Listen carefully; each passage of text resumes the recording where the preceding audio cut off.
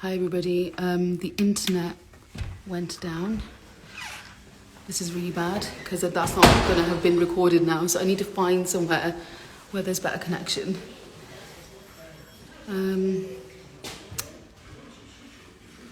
This might be better.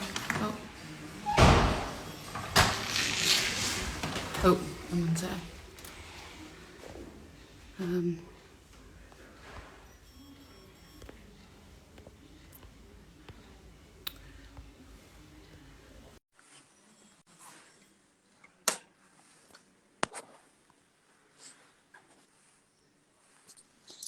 Hi, Aman. I'm so Hi, Zainab. sorry. And you know what? I feel bad now because that's going to have been not be recorded now. All No. that information. The internet's not great in the building. I've had to go to someone else's room. Okay. Yeah, because I couldn't go home this afternoon. I thought I want to do it in peace without three children Yes, fair enough. bugging me. Yeah, so we just to skim over because I don't want to like make you repeat everything. But We can do it um, again. I don't mind. I don't mind, honestly. It's fine. are you sure? Yeah, yeah, So yeah. I was just going to say that obviously you're such a big inspiration for medical education, and most GP trainees know your name because of social media, all your courses. And we were saying about your medical school. You went to Birmingham. Birmingham, yeah, that's it.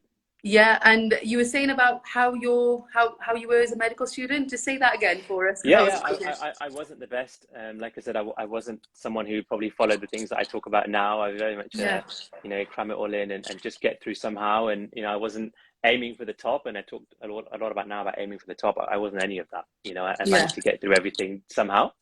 yeah. I never failed anything, but never topped anything either. Yeah, and I think you were right what you said before that you just need to pass. I think medical school we're in this kind of it's such a pressure to just get through, and as long as you pass, that's okay. And no one really asks about what did you get in that urology exam or whatever. Yeah. But like you said, now you tell people different. When they're trying to pass their AKT and things. Yeah, And but only because of a mindset. Like I don't say to people, if you don't get 80 or 90, then you've done really badly. It's all about just yeah, where your mind is. So we talk a lot yeah, about, look, there's 100% out to get. Don't give up anything. Fight for every yeah, mark. And if you fight for 100, you'll get 90. If you aim for 90, you'll get 80. But if you aim to pass, there's always a yeah, chance that you're going to drop below the line because your brain is kind of saying, well, I only need 80%. So if I yeah, come across a question that I'm not quite sure about, I'll just guess it because I've got 20% in the bank to play mm, with. Whereas if you're fighting for 100, you're more than likely to push for every single mark, which inevitably is going to push you over the line. So yeah, yeah, that's why we talk about pushing for so much. Not that, if you don't get 90, it's not a good performance. It's more, obviously passing is the main thing, but yeah, it's more about where your mind is. And if you're pushing that way, then passing is not going to come, it's yeah. not going to come into question. Exactly. And I guess you then prepare for that kind of thing as well. You're doing better revision and it'll make you a better doctor by doing that because you'll retain the knowledge better as well. So, but Yeah. yeah, so I was Yeah. going to say that if you hadn't done, you mentioned about going into general practice, your dad was a GP. Yeah. Yeah. Talk about that briefly. Because I feel Yeah, I bad. mean, the only medicine I knew was general practice. Since I was 3 or 4, when school was closed for the summer. If cause mum was a teacher, so we were lucky to have a lot of summers off. But if she was busy, then I had to go to the practice, and sit in the reception and get to know everybody and chat to the patients randomly. And now I think back, and I thought, I was going talking to patients, and I don't know what they were coming in for. Probably some pretty tough things to discuss, and I was there rolling around the reception. So I only had memories of general practice, honestly. So I never saw myself as anything else. First, I never saw Yeah. myself as anything apart from a doctor because that's what I knew. Yeah. And then once I was in training, GP was the only really thing. And like I said, I didn't really have a burning desire to do something else, Mm. which would have taken me away from that path as well. Yeah. And I'm kind of glad that you did because you help so many medical students now as well, and PLAB trainees and also GP trainees to pass their exams. And then when you did, what year did you qualify? 2000? So medical school 2005, became a GP 2010. Wow. Okay. And then following that, this was the question I was asking, and then the live cut off was, what did you do as soon as you qualified as a GP? Did you go into salaried or partner? Like, what was the? So I was really lucky that the practice that I was at offered me, I think, a couple of days as like a long-term locum, and then there was another practice nearby that offered me another couple of days. So I Yeah. started off doing 4 days of locuming, um, and that's when we set up a course within a month. We ran our first CSA course within a month of becoming a GP. So that Yeah. was always there as a kind of a side thing. but then I did locuming for probably about 2-3 years, then salaried, I think, for another maybe couple of years, and then locuming at the end as well. So I want to backtrack then, because actually the medical education journey started in your GP training years? No, not really.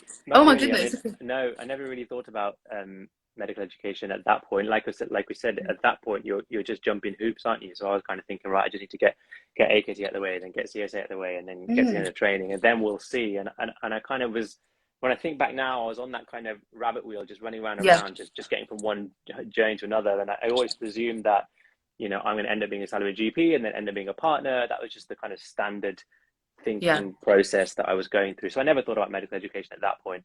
It was only once we're in the last month of training that me and a colleague thought that actually, you know what, maybe there's a couple of guys actually who were struggling with CSA. So we thought, well, let's just do some sessions and try and help them. And then we realized that we both loved it immensely, and people seemed to find what we did helpful. And that's when we thought, okay, maybe we could do some courses, because I wanted to become a trainer, I wanted to become a PD. So I thought if I start doing some courses, it's going to show interest in medical education, it's going to get some feedback from people. So that's why we first ran the first couple of courses that we did, mainly to build up that evidence, if you like, to then go into other realms of medical education. But then it kind of year by year just started to grow. Yeah, and that's interesting, isn't it? That a little bit of like, I want to help a colleague turned into such a big demand. You know, there was a big demand for CSA courses, I guess, at the time too, and people trusted you because you'd done quite a lot of experience. And then when did you start thinking about sort of AKT, and were people asking about that? Is that why you started doing it? Kind of, yeah. I mean, we only focused on CSA probably, I think back now, probably for around 3 or 4 years. The company name was First Pass CSA. That was how we first started. And there was 2 of us. And then it got to the stage where every weekend we were doing courses. We were probably doing 60 or 70 courses a year, which started to move into like Manchester and London as well. And that was growing. And then my colleague, he was a partner at the time, so he started having other demands, and I wanted to do more and more courses and push more, and he didn't have the time. So that's when I started to go alone. So it was around, I think, 2015, 16, we set up as Aurora. And that's when I thought, okay, why just stick to CSA? There's lots of other trainees that are struggling with AKT. I think in the early days, AKT, people weren't really struggling with AKT, they were struggling with CSA. Whereas as time went on, people started to struggle more with AKT. So that's when people started to ask me, yes, do you do anything for AKT? And now that we had this kind of new Aurora umbrella, I thought, well, it doesn't have to just be CSA, you know, we can look at some other things. And that's where the AKT thing came on. I remember our first AKT course, you know, it was a joke of a course, really. Like the way when I look back at it now and think, you know, I don't know how it worked and how people actually decided to come to it. But well, yeah, why did you say it was a joke? Why did you say it was a joke? Like, because you don't know much, really. I mean, I'd been doing CSA courses, which were, you know, in a small room, 9 or 10 people. I knew what I was doing, and it was fine. But then suddenly AKT courses, you're looking at 40, 50, 60 people, bigger room, bigger contacts with hotels, catering, like everything is totally different. Obviously writing all the questions, you know, I was so used to teaching comm skills and CSA role plays to then go into the other mode of, you know, talking about technique, for example, when it comes to MCQ exams and this type of stuff. It was, you know, looking back at it now, obviously I'm glad I took the step because it led to a lot, but, you know, I clearly wasn't as experienced as I was now. So who was working with? I know you went solo, but then did you get together with more people to try and help you with the? No, so the first AKT course, you did it all solo, basically. Yeah, Aurora was I was a solopreneur, basically. I was just a single-handed entrepreneur. Wow. Until about our first employee came on board around 3 to 4 years ago. So literally just 5-6 years, I was literally running everything, doing the teaching, the marketing, the website, the advertising, the finance, like everything.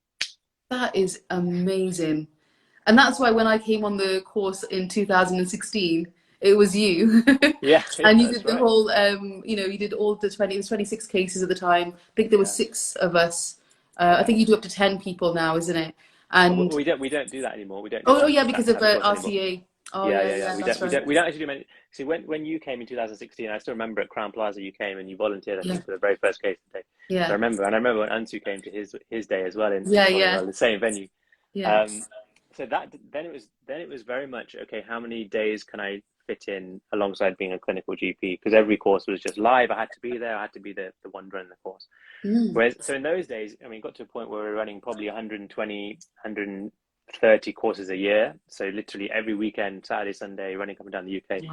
And then it got to a point where I thought, okay, this is silly. You know, I can't keep adding days. So that's when we started, probably around, again, 3-4 years ago, we started to look at, okay, how can I still teach but not have to be there? How can we look at expanding into other realms of medical education, the digital side, the social media side? But at that stage, when you came, there was really just the live courses for CSA, and we probably just started AKT maybe around that time, and maybe one-to-one sessions. That was all we were doing at that point. And there was only so much time in the day or the year, alongside trying to be a GP and a PD and an appraiser and an examiner and a question writer and all the other stuff that I was trying to squeeze in. That's incredible. To think like you had these booklets as well, they're really detailed booklets, and then you also did a DVD which you sent out. I remember. Well, how do trainees get their feedback now? Do they still get a DVD, or is it kind of no. I mean, we don't do that type of course anymore. So that's you said that. We I was a lucky one. No, the DVDs were good because, you know, a lot of people come on these courses and you give a lot of feedback and it goes through on one ear and out the other because they're just stressed about the case they just did, not really thinking sometimes about the feedback. So the DVD was there just to send it as an afterthought and then to watch it back, and it helped. And I think we got a lot of people joining because of that, you know, because they realize they're going to get that DVD and that ongoing feedback. And one thing that we've always done with MedEd is if someone comes on a course, it doesn't end when they leave the room. You know, you know, there's always an open door. People message me, you know, 3, 4, 5 years past their course, and I stay in touch with people who leave the course, like you and and all those guys, because you know, it's not just a one day in out for us. It's the journey. And lots of people now obviously are GPs and they're trainers in their own right and TPs in their own right, and they now send us trainees, and the cycle just carries on. I actually use my video DVDs for my tutorial. You know, went through the cases with my trainer, you know, because part of like a video, like less like your role play, you know, and see how you did. So it did really help, and it added a personal touch to it as well. And it must have taken a while to edit the videos as well. You know, it doesn't, because you were filming all day. And I just remember that and thinking, how's he done that? And now you're saying you had nobody. It's made me even more sort of surprised. It was, but I learned so much, you know, much about not just medical education, how to teach, but just how to run a company, because, you know, running a business, you know, we're not taught that in med school. No one really talks about anything outside of medicine, to be honest. Now it's a lot more open with portfolio working, and there's so much more exposure.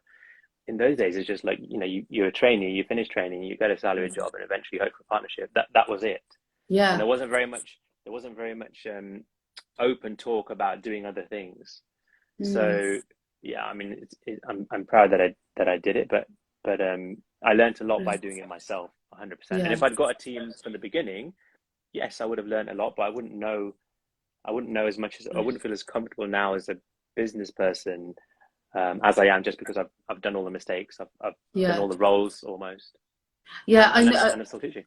Yeah, exactly. I was talking to somebody about this, about how we weren't taught about how GP land is very business orientated, and you can really, it's a shame really. I feel that, because it's in some ways I feel as if it's unfair in some ways as well, because you could be one practice and be treated differently another and I think we should be all treated the same. But you left clinical work because obviously this was getting really popular, expanding. How did that build? Like, was it because of social media, or word of mouth, or like how did you social media certainly had a huge part to play. I remember when we first did our very first YouTube video was about 6-7 years ago. So it's way back when people didn't even, you know, no one even looked at YouTube. And then when Facebook came around, we started to do a lot of stuff on Facebook, and without a doubt, social media has helped us in a massive way. And it still is. It's still a huge part of what we do. You know, we probably post 150 posts per day, like 365 days a year across 7 streams. Like, social media is massive for us, but it allows that connection, and it was through social media that I got to, you know, chat with a lot of people, and then they eventually booked the course, and then we had a relationship going forward after that.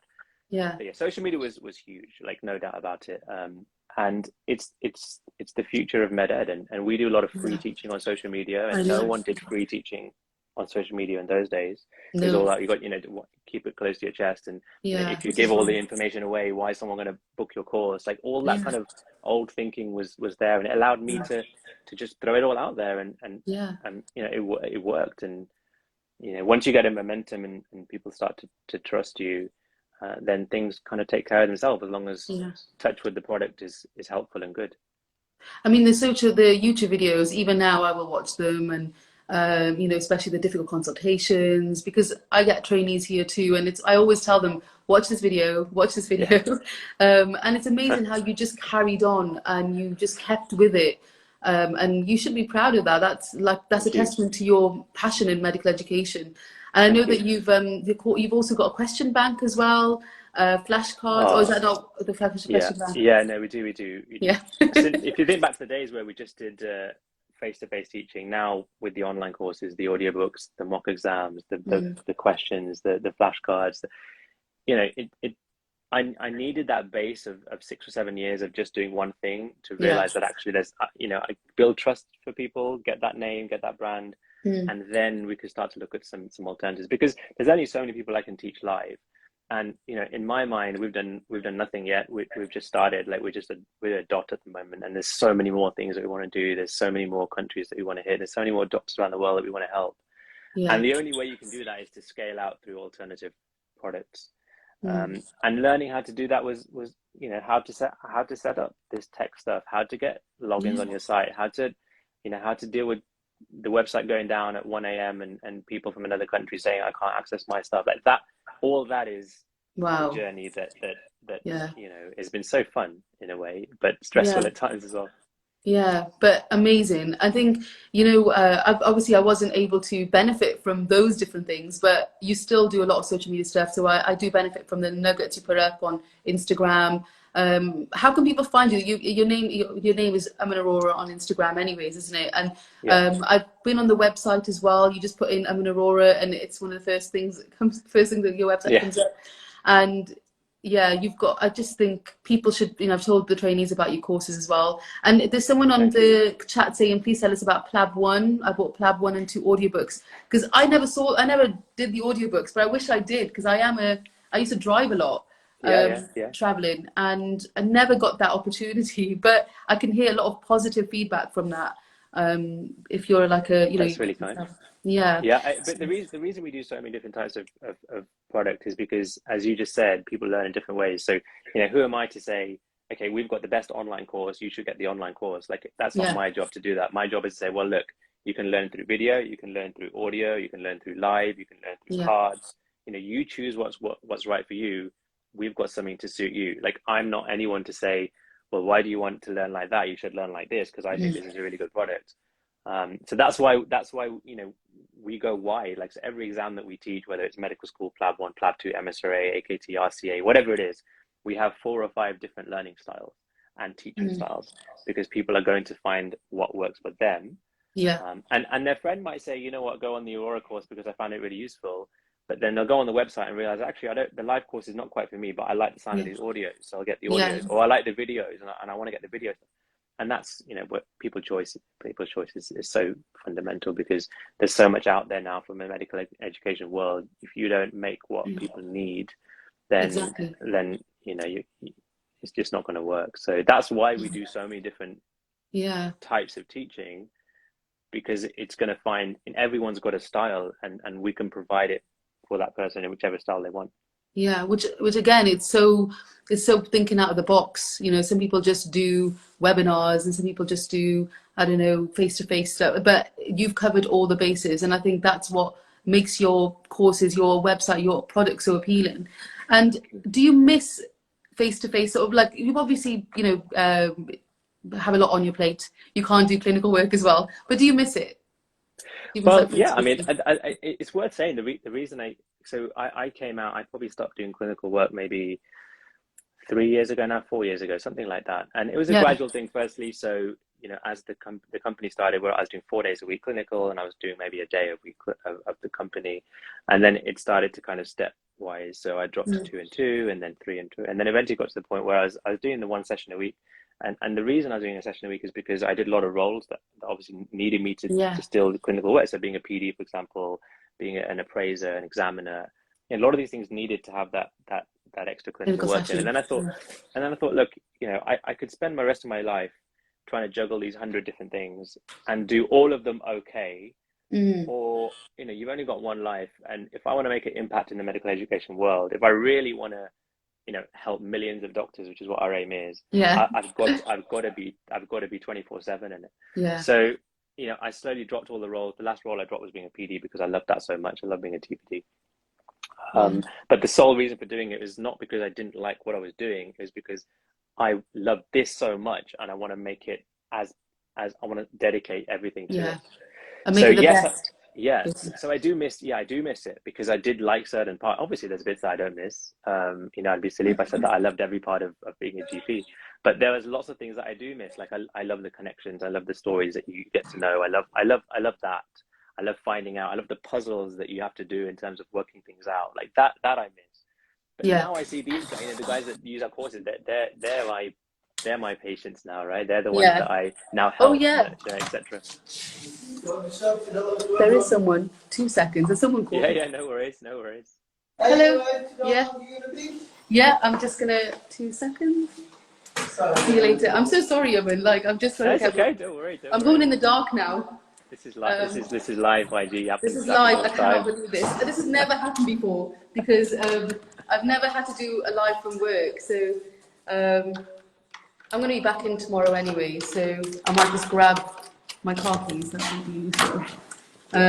But yeah, what I was wondering, how can people find you on social media? Do you want to give your sort of name or should I just put it in the chat? Yeah, I mean, you can do. I mean, if you just search Aman Arora Medical on pretty much whether it's Instagram, YouTube, Facebook, TikTok, LinkedIn, Google, you'll find us. You'll find us, and that's again the power of social media. That because when you get people watching and following and liking, you're lucky to go high up in the searches. So yeah, just search Aman Arora and you should find something. Yeah, I just want to say thank you for doing this.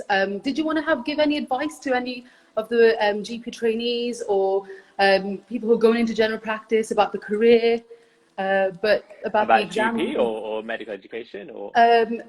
What do you think is the most? Let's talk about med ed. Let's talk about med ed because I get a lot of GP trainees saying, "Look, I love med ed," and we now have three GPs who are in our team, and 2 of them have recently come out of training. Yeah. So a lot of GP trainers approach us to say, "I want to get into med ed. How do you do it?" Oh yeah. So the first thing I say is, look, you need to have a true passion for med ed. Number one, like a lot of people think on med ed's a nice thing to do on the side. I can drop a couple of sessions. It's just nice. It seems nice. And you'll see a lot of people set up a course, for example, and they'll set up a course and just expect people to book and run in and give them all their cash. It doesn't work like that. Like you have to have a passion for med ed because like you mentioned the DVDs, like I was doing those at 1 a.m. because there's a next course in the morning and I had to clear the decks from the video cam. So that's the kind of stuff you need to do. And you need 100% passion. There's no point going into med ed if you don't have 100% passion for it because there are many others who are going to do the same, and the ones with the passion are going to put that extra hour in when you have to. So that's the first thing. So if you really, really, really, really want to do it, then do it. It's the best thing to do, but you must have a passion for it. Secondly, get some experience. So, before I was a TPD, I volunteered in about 3 different VTSs. So I just went around and said, look, I'm really interested in med ed. What can I do? Can I join a VTS? Can I volunteer? And it was that experience that then allowed me to talk about when I had an interview and get me into roles, for example. And then you've got to make a decision. Do you want to go the kind of private medical education route, or do you want to go the kind of standard deanery university type of route? And you've got to make a decision fairly early because I kind of balanced 2, and I was doing the private stuff, and then I was also a PD, and it was difficult at times to know what you can say and all that kind of stuff, and you don't want conflict of interest and stuff like that. So I had to make a decision that this is what I want to do. I want to go the private route, and then I had to obviously make decisions like that. So it's good to make those decisions fairly early, so you know where you are, then you can put all your effort into it. Yeah, absolutely. And the final thing I say is decide undergrad or postgrad because they're very different zones. The undergrad side of medical education is a world apart from postgrad. So if you can kind of figure out where you think you would enjoy most early on, then that's always a good thing to do. Yeah, and in terms of like setting up the courses and advertising, now I feel like it's so much easier to do that because social media is very, everybody uses social media now. But in your kind of when you started out, it wasn't that popular, so but you still kind of pushed it through. But I'd actually say it's the opposite, Zainab, to be honest, Do you? because it's so easy now. Yeah, Everybody's advertising stuff, yeah, and that's so for you to stand out, you've got to be it comes back to the quality of your product. mm, So back in the day, if I put a post out on Facebook, everybody saw it. Like it wasn't even an ad; it was just a post on Facebook. Everybody saw it because it was just that was how social media was. If I put a YouTube video out, everybody saw it. Now we have to post 150 times a day just for somebody to see one post, that's and then crazy. the quality of that post has to be one that stands out from the 20 other posts that are saying the same thing. Mm, So I think actually now to market on social media, you have to have some yeah, serious social media knowledge. And whereas back in the day, you just put it out there and people would find it somehow. yeah. So easier to do it, easier to do it. I think easier to do it, but harder to make a mark. I think Yeah. that's the key. Yeah, and I think persistence is the key. It's doing the same thing again and again and again, and not being Yeah. afraid to change. Take criticism as well. Like Oh yeah. if yeah, I've oh, had this loads. doesn't work. Yeah, if this doesn't work, that hasn't worked. Not taking it badly, just taking it positively and saying, right, we're going to move forward from there. Yeah. And No, with no. yeah, go on. You just very quickly speak. Sorry to interrupt, Les. And like that's a super point. Like criticism is part and parcel of of of growing in any field. Yeah, And we've had haters and we've had critics and we've had people come and say all sorts of stuff. But it's just if you're going to if your aims are big and you want to do big things, then you're going to get that. Whether you want to go up in medical politics or medical yeah, education or whatever it is. yeah. So not being knocked by that is hard, but it's something that you have to learn, I guess. Yeah, and I think it helps you grow as a person, but also it makes you realize that not everything's going to suit everybody. Like, Yeah, mentioned about the different types of learning that you've put into the courses and the different kinds of platforms you're using. So you're reaching different people who have different learning styles. That's what you've learned along the way because of the feedback, probably because of the advice from other for people who are using yeah. work. So, yeah, Or requests. all request. The best thing is when someone says, "Oh, do you have an audiobook for this?" They're like, "Oh, actually, we don't." Like, we could just say, "Well, no, sorry, we don't do that." But Yeah, actually, that's the best piece of advice that's given to you through a question. When yeah, someone says to you, "Oh, we have online courses and we've obviously developed the platform as we've gone along," but yeah, initially it was just a chapter in a video. Was people are asking us, "Okay, do you have PDFs with this, or can I make notes on this, or can I save bits?" And it's through those questions that you adapt and you improve and the quality gets better. But when we first started off, it was all very crude, as a lot of things when you first start off. But yeah. to get to that stage where we have all these different products and these different exams covered, I had to give up all the other stuff that I also love doing, and that's Yeah. just the sacrifice that you have to do, Mm. and you'll get criticized for those decisions, and that's part and parcel Mm. um, Yeah. of But I life, I think guess. when you follow your heart, I think sometimes no one's going to be happy with everything that you do. I've noticed that we make sacrifices because of choices maybe other people are making for us subconsciously. So it's always really good to follow your heart, and I've seen you do that over the years. I've seen the videos how they progress in terms of even the technology part of the old videos. You can tell Yeah, they're older videos, and then the new yeah, videos look a little bit maybe the camera. The camera's a lot more probably, advanced yeah, or whatever. yeah. So it does show that the more you do, just keep doing it. Don't give up. Yeah, that's what I've learned from you and your work, and also the like other people that you work with as well. Your wife as well does a lot of Yeah. things, and she has lots of and different and hats on. and she deserves a massive shout because Yeah, it got to the point where when I was doing all of those things on my own, it was her who said, "Look, you know what? You can't spend another 15 years doing this and expect the growth and try and expect all these different markets and teaching the yeah, people. You need to get other people in." And now yeah, she's, fully into what we do, and she manages a yeah. lot of the things that I was trying to manage before. And she's got a Mm, medical political background, so she's very good at certain things that I wasn't as that's good at. And amazing. where she doesn't do any of the teaching herself because that's not her thing. But Yeah, that support of the other people in your life Yeah. telling you, you know what, you can do this and you should do this, and there's no reason Yeah. why you shouldn't, and I'm here to support you, is crucial, like really crucial. Absolutely. Yeah. No, I'm really, I think that's a really good point that you need people in your life who are going to be supportive. Just that one person can make a difference and make you look Yeah, at things in the better, in a better yeah. light. And in terms of just like being a GP, being a doctor, any advice about that? Because you obviously you did do a lot of clinical work before you did Yeah, this. yeah, yeah, yeah, yeah. And So I'd still be doing it now if this yeah, company hadn't grown as it had. yeah, So advice on being a doctor, I don't know. You've got to obviously follow what you enjoy there as well. There's no point trying yeah, to go into it. A lot of people come to us for advice on they've just finished PLAB 2, for example, and they're thinking yeah, about, okay, where do I apply now? Do I apply for GP or peds or radiology or whatever? And they're mm, looking at things like what's the competition ratio and yeah, how long is training and where can I get in the UK? And we talk about, look, that yes, have those things in your mind, but they shouldn't be the prime goal. The prime goal should be, is there anything that you really want to do in yeah, terms of specialty, and then fight for it. Because even if you want to be I don't know, a plastic surgeon or a neurosurgeon or whatever, and you look at the numbers and it doesn't stack up in terms of, okay, this looks too tough for me.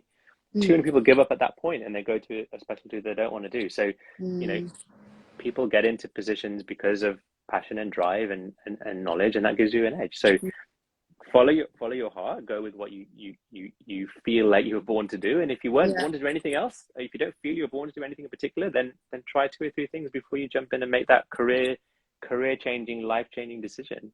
Yeah, that's such good advice. I think we want to go with it. Sometimes it's like all written for us, like, oh yeah, I'm going to do this, I'm going to do that, based on our maybe our lifestyle circumstances. I did general practice. I mean, I didn't even think about general practice at the beginning. It was more of a life choice because I had children. I was getting married, and my husband's a surgeon, so I was like, oh, this will be better. But actually, this has turned out to be what I love, and in a way, that decision was best for me. But I think about people who maybe don't think the same way. But yeah, it's hard, especially if you're coming from a different country and you don't know Yeah, what the yeah, yeah, yeah, situation's yeah, like, the yeah. NHS is like, or you Look, know. I see people all the time, Zainab, who are struggling in their career and they don't like what they're doing. They've chosen career paths that it wasn't really what they planned to do, whether they're an IMG doctor or doctors from the UK. And it's just sad to see that, they know they've got 30, 40 years ahead of them and they feel that I've put 10 years in now, so I can't change things. And it's just, 10 years is this much, if you're going to live to 80, it's just like a tiny shot. It's not like you shouldn't use your Yeah, previous 10 years to justify the next 40 or 50, and yeah, if it's not right, you can make a change. It's not yeah, that you're grounded. But I see a lot of people struggling. But the reason they're struggling is not because the job as such or the career as such is not good. It's because their yeah. decision process at the beginning wasn't right, and they Mm. perhaps went into it for the wrong reasons. And Can I that's why just getting ask, that early is key. do you think that could be to do with advice from other people? Like, I find that sometimes other people who may be in the same profession as they're guiding that person into, maybe, and they're a very kind of impressionable person because they're not sure what's going to happen, and they go in that, maybe it's to do with that. Sometimes I find that Yeah, you take it's advice and it's not informed advice, maybe, or and as informed as it should be. yeah, and it's not necessarily coming from the wrong place. Like the Mm. person that you're talking to might really genuinely love what they do Yeah, and think that you will really genuinely love it as well. yeah, So obviously, when someone talks about something with passion, you're gonna pick up that vibe a little bit and think, yeah, you're maybe right. this is really good. And that's why you just need a bit of research, and that's why you Yeah, need these taster days, kit days. These things are so important just to test things out before you literally commit the rest of your career yeah, to that one thing. So. yeah, Um, but in the same way, you've got to be brave to then come out if it's not right. And just because you made a mm, decision, 5 yeah, years ago, it doesn't mean that you can't change it. And we did yeah. that with MedEd. I came out of general practice, and that was a massive decision, to come out of general practice. I can imagine. Um, Like, I'm just thinking, could I leave as just generally just try and put myself in your shoes and the kind of big decision that you made. How it's crazy. Like, I don't know if I could do that, and that takes a person with a lot of drive, a lot of heart, and a lot of um, positivity about, yes, this can work. You can't but do that decision with a doubt. You've got to but have some. I, What do you think? I agree. But I tell you that if you're really going to make something work, Yeah, you have to put yourself in a position where it really has to work. Like once you stop doing clinical work and you think, right, this medical education company's got to work, then you've got nothing else to fall back on. then you put the extra time in, the extra effort in, you make it work. If I was trying to build a company alongside being a GP, alongside being a TPD, alongside being an examiner, etc., that drive to make this work, the drive to make those videos every single day for 2 years, that wouldn't be there, because I've got the fallback. I've got the, well, if it doesn't work, it's okay because I've got this. So what I found personally, I'm not saying this is the right way to do it, is that when I said, okay, this is my one and only thing, that's when the company started to really grow, because I had to, you know, I had kids on the way or whatever. You have to make things work. Yeah, absolutely. No, I think you have inspired a lot of people. I think I've seen quite a few people going into medical education and maybe haven't seen like how you help others, and maybe they feel they want the same thing as well, and that's really nice to see. And you do support them too. Well, thank you for speaking to me today. No, Really appreciate it. And sorry about this technical thing. I don't know. No, it's fine. The building was closing down. I was like, oh my God, because I've never been in work this long. Well. You did really well to keep walking around and carry on with the live. So and there's like weird people around with and I'm just trying to make sure that I'm kind of safe. But no, I'm joking. It's fine. Okay. No, it's fine. They're all gone now. But it's been a pleasure, because I haven't seen you for like 6 years, and I know that, you know, I just did one course, but I'm sure that if I was a trainee now, I probably would take the opportunity to look at the other options that you've got as well, especially the audiobooks, the flashcards. And if you're a trainee, have a look at Dr. Arora's website. It's really good, and you'll find something for you. That's what I say. Thank you. That's really kind. And if anybody is on, by the way, we always do a coupon. Can I give out a coupon, Zainab? Yeah, absolutely. We always give our Instagram coupon is the same. It's Aurora Insta 10, ARORA INSTA 10. That will always get you 10% off anything on the website. So it's just for people who are on Instagram, who follow us, who watch our videos through IG. Because without the support of you guys, this channel wouldn't work, our teaching wouldn't work, and social media wouldn't work. So just as a thank you, that's the coupon to remember. And yeah, if you have any questions, just shout out. You know, I'm always here 24/7. I'm pretty much on. So whichever means you want to contact me by, just drop a message. I'm happy to try and help. Yeah. Well, thank you so much, and I will let you get on with your evening now. Thank you. Thanks so much, Anna. I hope you get back okay. I hope you're in a car. No, it's fine. It's actually fine. It was just like the guy was like in the building. He's like shouting out, I think the building's closing. I didn't realize, because I obviously don't stay in work this late. I didn't realize the building does close at 7, so that was my fault. But anyways, I could have found it. No, thank you for organising this. Great to chat, and hope you do something again soon. Yeah, definitely. I'll let Ansuman couldn't join us because he had something happened and he couldn't join us. But next time, I have said to him, "You're missing out." Like I was, But say hi to him. I remember seeing him for his CSA as well, so I remember him on the course. So yes, say hi to him for me. And yeah, I hope we get to chat sometime soon. Yeah, thank you so much. Have a lovely evening. Thank you, Zem, and you take care. Bye bye. Bye bye.